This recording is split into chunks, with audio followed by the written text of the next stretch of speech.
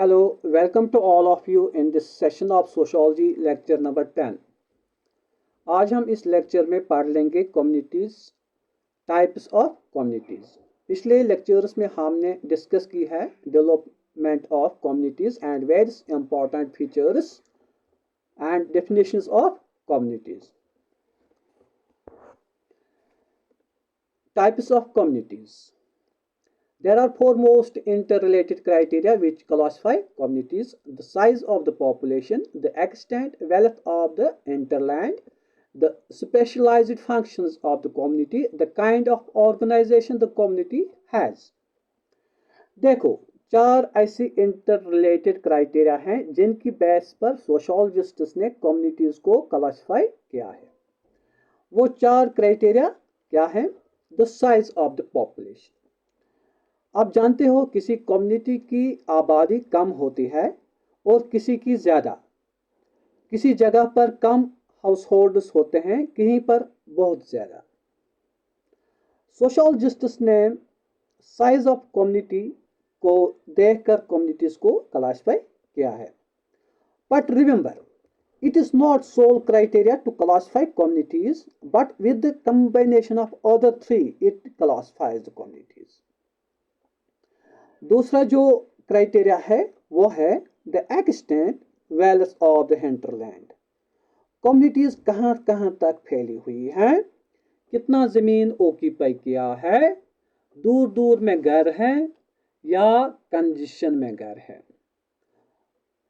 और wealth of the hinterland, और इस कम्युनिटी की इकॉनमी क्या है, ये लोग कहाँ से रिसोर्सेस लाते हैं जिनका इस्तेमाल ये करते हैं और कैसे करते हैं। एग्रीकल्चरल इकॉनमी है, पेस्टोरल इकॉनमी है या इंडस्ट्रियल इकॉनमी है। The specialised functions of the community. इन कम्युनिटीज़ में लोग कौन कौन से काम करते हैं, इनकी डेली की ज़िंदगी क्या है, ये लोग किन कामों में माहिर हैं। The kind of organisation the community has. Fourth one, इन कम्युनिटीज़ में पॉलिटिकल सेटअप कैसा है और कैसे काम करता है, मतलब laws, customs and other things of the communities कैसे वर्क करते हैं, इन कम्युनिटीज़ को रेगुलेट कैसे करते हैं। सोशल सेटअप कैसा है, सोशल बॉन्ड्स कितनी स्ट्रॉन्ग हैं, सोशल रिलेशनशिप्स कितनी कॉम्प्लेक्स हैं, इकॉनमी कितनी स्ट्रॉन्ग है। इन सब चीज़ों को देखकर सोशोलॉजिस्ट्स ने कम्युनिटीज़ को क्लासिफाई किया है। Primitive versus civilized communities. The primitive community was relatively small, simple and self-sufficient. Primitive communities की बात करेंगे तो ये communities relatively small, simple और self-sufficient होती थी। Small मतलब इन communities में ज़्यादा तादाद में घर नहीं होते थे, किसी जगह 30 घर और किसी communities में 40 या 60 घर होते थे, और एक community दूसरी community से दूर होती थी। That is why they were small. Simple का मतलब इनमें इतनी सोशल बॉन्ड स्ट्रॉन्ग नहीं थे, सोशल रिलेशनशिप्स इतने कॉम्प्लेक्स नहीं थे, पॉलिटिकल सेटअप यानी सियासत की साख्तें इतनी स्ट्रॉन्ग नहीं थी, और इनकी इकोनॉमिक स्ट्रक्चर जो था वो एडवांस नहीं था। They were simple primitive communities. Self sufficient का मतलब इन कम्युनिटीज़ को जो कुछ भी ज़रूरत पड़ता था उस ज़माने में, उस वक्त के हिसाब से उनको सब कुछ अपनी ही कम्युनिटी में मिलता था, इसलिए यह सेल्फ सफिशिएंट थी। अगर आज के ज़माने में भी किसी गांव में हर एक चीज़ उसी गांव के रिसोर्सेज से मिलेगा तो हम कहेंगे कि ये गांव जो है ये सेल्फ सफिशिएंट है। It was almost homogeneous.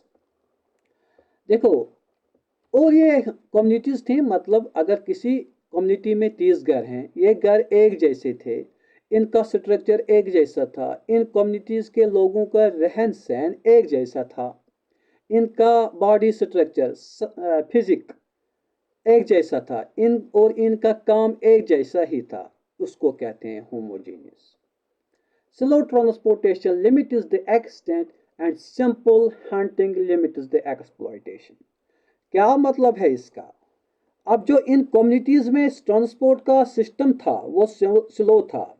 मतलब जब इस कम्युनिटी के लोगों को किसी शिकार करने के लिए या किसी और काम के लिए जाना होता था तो वो या तो पैदल या घोड़े वगैरह का सहारा लेता था, और ये लोग दूर दूर तक नहीं जा सकते थे बल्कि शिकार करके वापस आते थे, और इनको दूसरे कम्युनिटीज के साथ कम इंटरेक्शन होती थी, जिसकी वजह से यह कम्युनिटीज बहुत ज़माने तक एक ही जगह रहती थी और इनका फैलाव इस स्लो ट्रांसपोर्टेशन से रुक जाता था।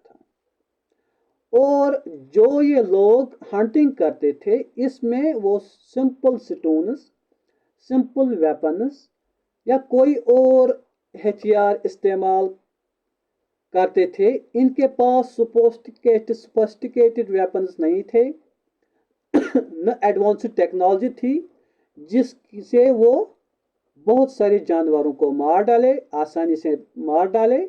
उसको बहुत सख्त मेहनत करनी पड़ती थी किसी जानवर को मारने के लिए। इस चीज़ ने इंसान को इन कम्युनिटीज़ में ज़्यादा जानवरों या दरख्तों को नुकसान नहीं पहुंचाने दिया। Slow transportation limits the extent and simple hunting limits the exploitation. One of the first steps as civilization develops is the breakdown of localism and growth of inter-community contact.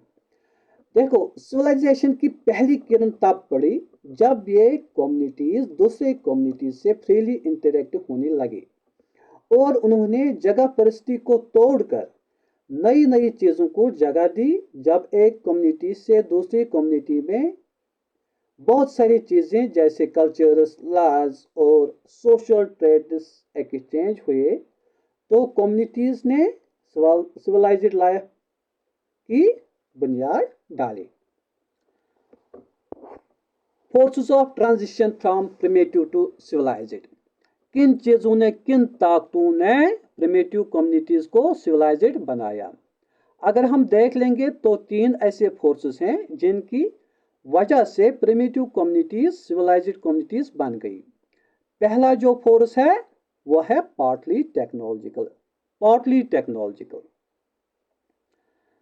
जब इंसान ने एक जगह से दूसरी जगह जाने के लिए नई नई चीज़ें दरियाफ्त की तो इंसान अच्छे से जल्दी से एक जगह से दूसरी जगह पहुंच जाता था, और इससे कम्युनिटीज़ के दरमियान स्ट्रॉन्ग एंड डेली इंटरेक्शन पैदा हो गई, जिसकी वजह से नई नई लैंग्वेजेस पैदा हो गई, और इस तरह कम्युनिटीज़ में भी इम्प्रूवमेंट आ गई और कम्युनिकेशन में भी इम्प्रूवमेंट आ गई, और लोग एक दूसरे को आसानी से समझने लगे।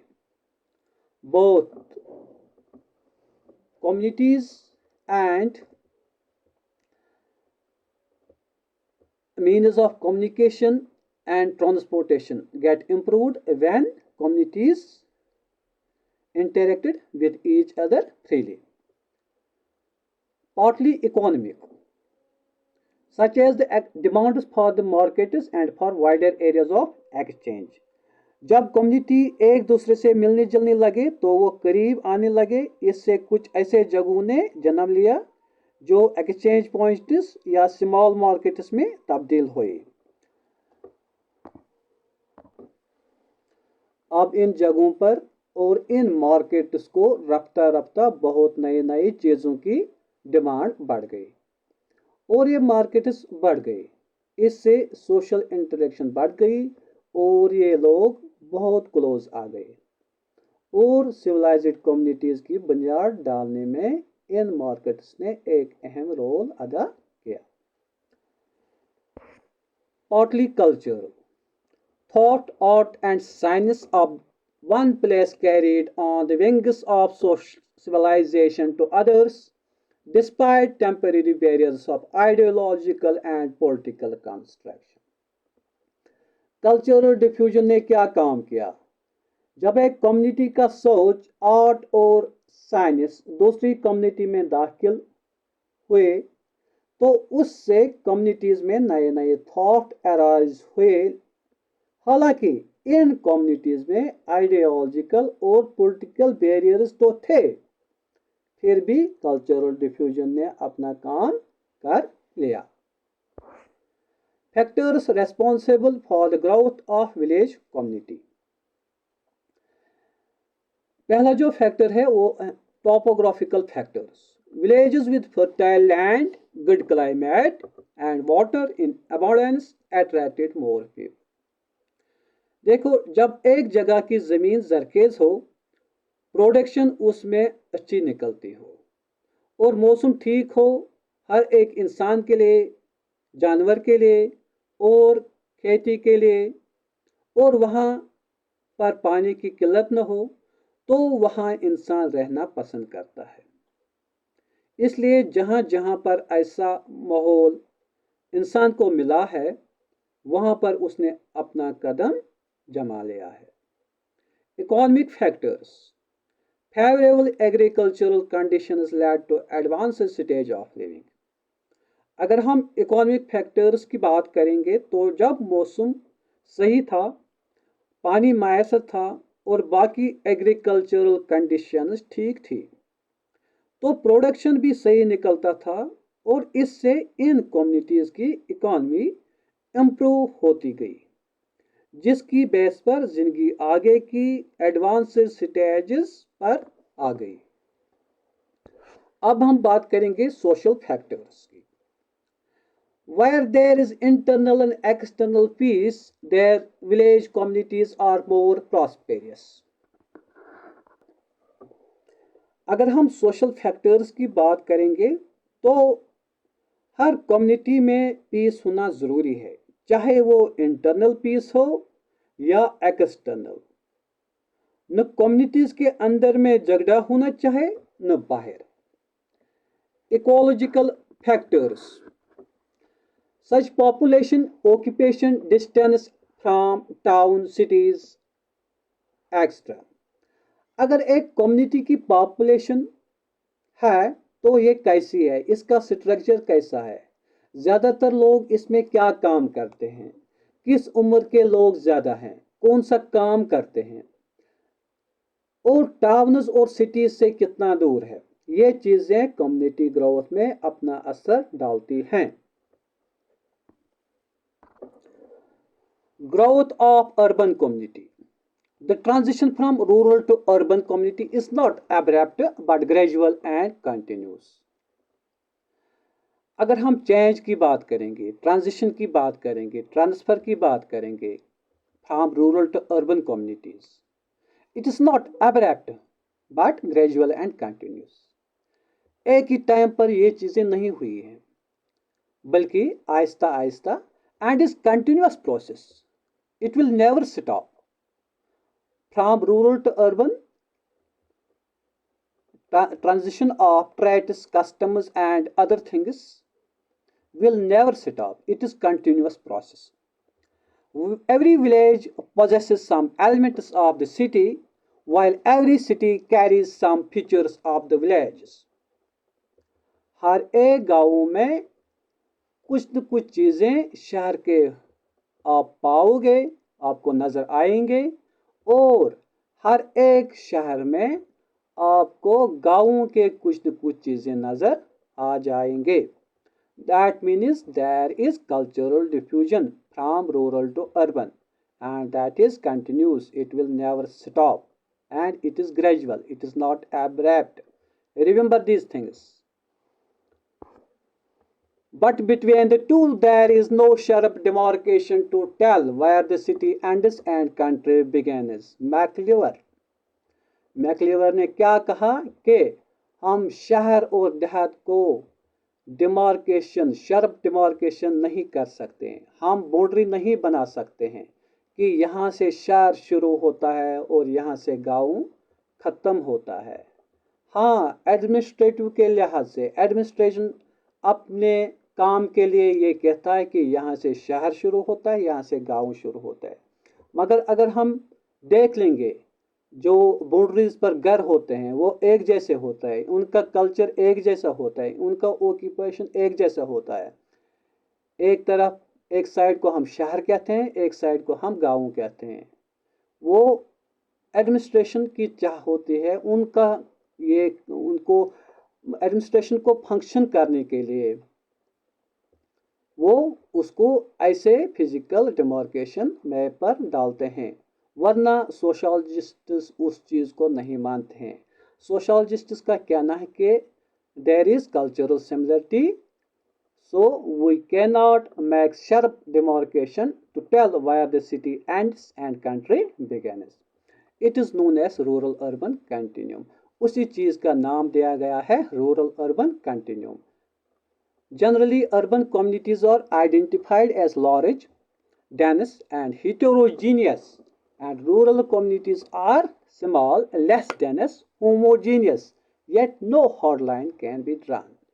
तो उसके बावजूद हम ये कह सकते हैं कि जो अर्बन कम्युनिटीज़ होते हैं वो लार्ज होते हैं, डेंस होते हैं एंड हिटेरोजीनियस होते हैं, वो होमोजीनियस नहीं होती है। वहाँ पर आपको छोटे मकान, झोंपड़ियाँ, बड़े मकान, महल भी नज़र आ जाएंगे। मगर रूरल कम्युनिटीज़ में आपको रूरल कम्युनिटीज़ स्मॉल होते हैं, लेस डेंस होते हैं, दूर दूर मकान होते हैं, कंजेशन नहीं होता है, होमोजीनियस मकान एक जैसे होते हैं, लोग एक जैसे, लोगों का रहन सहन एक जैसा होता है, ऑक्यूपेशन तकरीबन एक जैसा होता है। Yet no lord line can be drawn.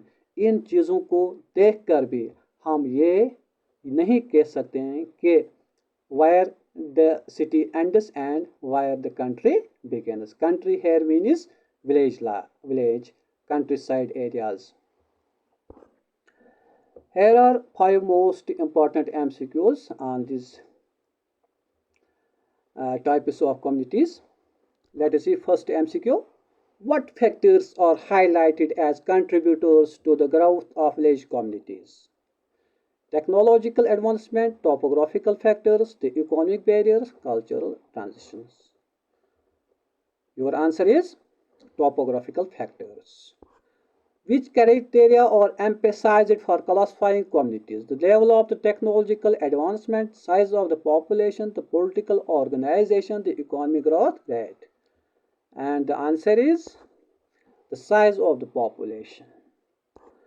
What forces are indicated for the transition from primitive to civilized communities? What would be your answer here? Technological, economic and cultural forces. How is the transition from rural to urban community characterized? Abruptly and distinctly, gradually and continuously? Yes, it is correct answer.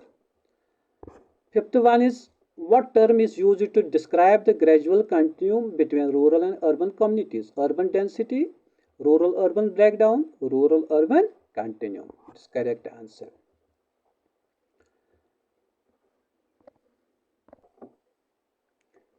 आखिर पर मैं आपके साथ एक अहम बात share करना चाहता हूँ। आपके सिलेबस में 60 मार्क्स यानी 50% वेट सोशियोलॉजी को दिया गया है। इसका ये मतलब है कि जिसने ये 50% अटेम्प्ट किए हैं उसके बहुत चांसेस सिलेक्ट होने को है। बाकी जो 50% है वो डाइवर्स है और हर एक के सबकॉन्शियस में उसकी कुछ न कुछ नॉलेज होती है। गोया आपके सिलेक्शन में 95% सोशियोलॉजी की बेस है। आपकी सिलेक्शन 95% सोशियोलॉजी में है और सोशियोलॉजी बहुत ही कॉम्प्लेक्स सब्जेक्ट है। You know it is known as mother of all social sciences. जिन लोगों ने इसमें नेट सेट या पीएचडी किया है उनको पता होगा कि जब इसका एमसीक्यू आता है तो ऐसा लगता है कि इसके चारों ऑप्शन ठीक है, बहुत कंफ्यूजिंग ऑप्शंस होते हैं। इसलिए मेरी रिक्वेस्ट है आपसे कि सोशियोलॉजी के कंसेप्ट्स को अच्छी तरह समझे, फिर एमसीक्यूज को देख लें। इसी सोच के बिना पर मैंने बहुत सारा सोशोलॉजिकल वर्क को निचोड़कर ये लेक्चर्स तैयार किए ताकि आपको आसानी से ये कंसेप्ट समझ आए। बाकी खुश रहो और उम्मीद रखो। Thank you very much. Please subscribe this channel so that I can make more content rich videos for you. Thank you once again.